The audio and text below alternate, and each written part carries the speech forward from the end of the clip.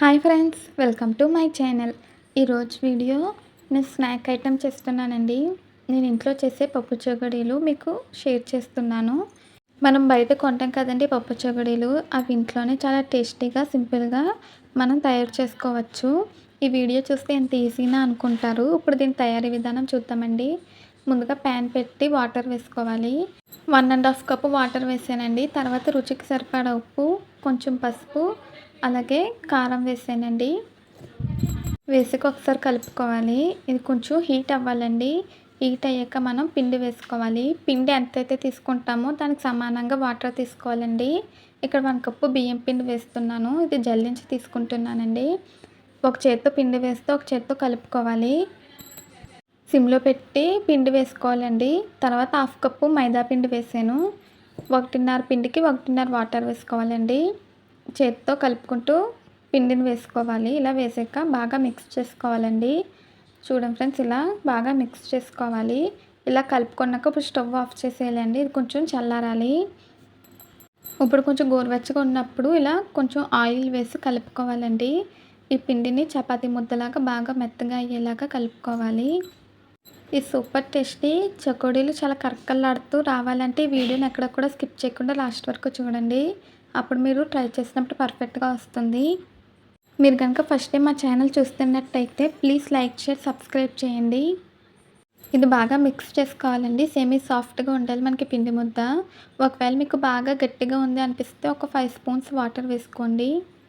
Water వేయకుండా కలుపుకుంటే సరిపోతుంది. ఒకవేళ గట్టిగా అనిపిస్తే కొంచెం వాటర్ వేసుకుని ఇలా కలిపి పక్కన పెట్టుకోవాలండి. అలాగే ఇక్కడ నేను పచ్చిశనగపప్పుని 1 గంట పాటు నానబెట్టాను. తర్వాత ఇక్కడ 3 సార్లు వాష్ చేసానండి. మనం పప్పు చకోడీలు చేస్తున్నాం కదా, ఇక్కడ మనం పచ్చిశనగపప్పు వాడుకోవాలండి.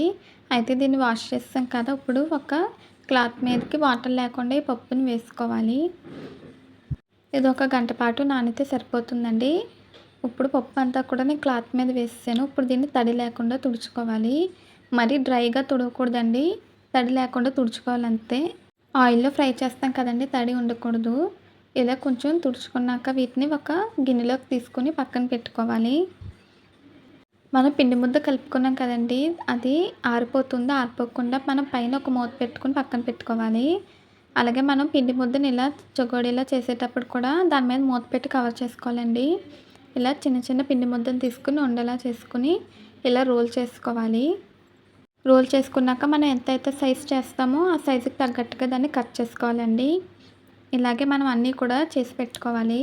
ఇప్పుడు నేను ఇంకోటి చూపిస్తున్నాను ఫ్రెండ్స్ మీకు. చిన్న ఉండ తీసుకుని రోల్ చేసుకోవాలి. ఇది మరీ సన్నంగా రోల్ చేయకూడదండి, అలానే మరీ లావుగా చేయకూడదు. కొంచెం మందంగా ఉండాలండి. మీడియం సైజులో లావు ఉండాలి.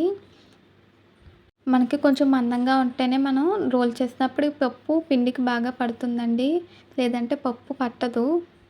మీకు చూపించడానికి ఇలా ప్లేట్ మీద పెట్టానండి. ఇలా రోల్ చేసుకోవాలి ఈ సైజులో. ఇప్పుడు కొంచెం మనం నానబెట్టిన పప్పు వేసుకోవాలండి. వేసుకుని ఇలా రోల్ చేసుకోవాలి. అప్పుడు మనకి పప్పు పిండికి బాగా అతుక్కుంటాయి. ఇలా అతుక్కోవాలండి. అతుక్కున్నాక మనం దీన్ని రింగ్ లాగా క్లోజ్ చేసుకోవాలి. ఆ చివర ఈ చివర కలిపి కొంచెం గట్టిగా నొక్కాలండి. ఇలా మనం చకోడీలు తయారు చేసుకోవాలి. నేను ఏం చేశానంటేనండి, బయట మనకి ఫుడ్ కలర్ వేసి అమ్ముతారు కదా, అయితే నేను సగం పిండి ఏమో ఏమీ వేయలేదండి. సగం పిండిలో కొంచెం రెడ్ ఫుడ్ కలర్ వేసి కలిపానండి. మీకు ఇది ఇంకో ట్రిక్ చూపిస్తున్నానండి. మనం రోల్ చేసి తర్వాత పప్పుని అంటించి రింగ్ చేస్తున్నాం కదా, లేదంటే ఇలా ఫస్టే రింగ్ చేసేసి ఇలా పప్పుని అంటిస్తే మనకి చకోడీలు రౌండ్ షేప్ వస్తుందండి. షేప్ కరెక్ట్గా ఉంటుంది. అలా అయినా చేసుకోవచ్చు, లేదంటే ఇలా అయినా రోల్ చేసుకుని రింగ్ చేసుకోవచ్చండి. చివరన మాత్రం కొంచెం గట్టిగా ప్రెస్ చేయాలి. చూడండి ఫ్రెండ్స్, ఇలాగే మనం అన్ని చకోడీలు కూడా చేసుకోవాలండి. ఎక్కడైనా ఇలా గ్యాప్స్ ఉంటే మన చేతితో పప్పుని అంటించుకోవచ్చు. ఇలా కొంచెం పప్పు వేసి రోల్ చేసుకుని చివరిని అతికించి రింగ్లా చేసుకోవాలండి. ఇలాగే మనం అన్ని పప్పు చకోడీలు కూడా తయారు చేసుకోవాలి. నేనైతే అన్నీ తయారు చేసేసానండి. చేసాక చూపిస్తాను. కొన్ని అయితే నేను ఫుడ్ కలర్ వేయలేదండి, కొన్నిటిలో ఫుడ్ కలర్ వేసాను. మీకు అన్నీ కూడా చూపిస్తానండి. నేను ఇప్పుడు అన్ని పప్పు చకోడీలు తయారు చేసేసానండి. డీప్ ఫ్రైకి అయితే ఆయిల్ పెట్టాను. ఆయిల్ బాగా హీట్ అవ్వాలి. అలాగే ఇక్కడ ఒక ప్లేట్లోకి టిష్యూ పేపర్స్ వేసి పెట్టుకున్నానండి.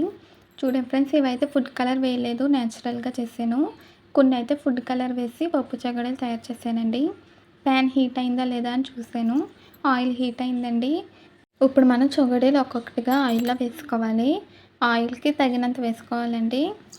అంటే సరిపడా వేసుకొని వేయించుకోవాలి. మరీ ఎక్కువ వేస్తే ఫ్రై అవ్వవు. ఇలా ఒక్కొక్కటి వేసుకొని మీడియం ఫ్లేమ్‌లో పెట్టుకొని ఫ్రై చేసుకోవాలండి. మనం కొంచెం లావుగా చేసాం కదా! మీడియం ఫ్లేమ్‌లో పెడితే లోపల వరకు కూడా బాగా కుక్ అవుతుంది. హై ఫ్లేమ్‌లో పెడితే మనకి సరిగ్గా కుక్ అవ్వదండి. అయితే మనకి ఆయిల్‌లో ఫ్రై చేసినప్పుడు పైన నురగొచ్చింది కదండీ! ఈ నురగంతా కూడా పోయేంత వరకు కూడా ఫ్రై చేసుకోవాలి. ఆయిల్‌లో వేసిన వెంటనే కలపకూడదండి. మనం 2 నిమిషాల పాటు అలా వదిలేయాలి. వదిలేసాక అప్పుడు గరిటె పెట్టి అన్ని సైడ్స్ కూడా తిప్పుకుంటూ ఫ్రై చేసుకోవాలి.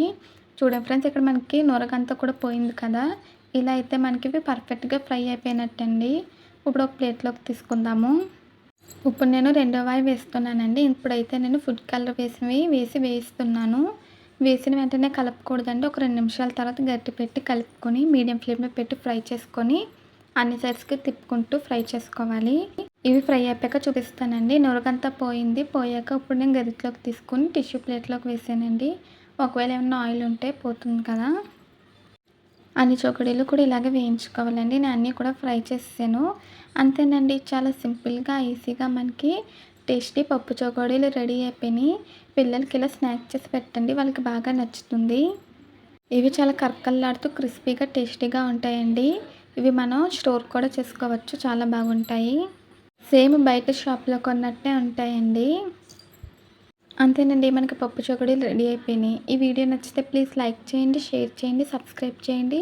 ఈ రెసిపీ మీరు ట్రై చేస్తే ఎలా వచ్చిందో కామెంట్స్‌లో తెలియచేయండి. అలాగే సబ్స్క్రైబ్ చేసాక పక్కనున్న బెల్ ఐకాన్ క్లిక్ చేయండి. మళ్ళీ కొత్త వీడియోతో కలుద్దాము. Bye friends.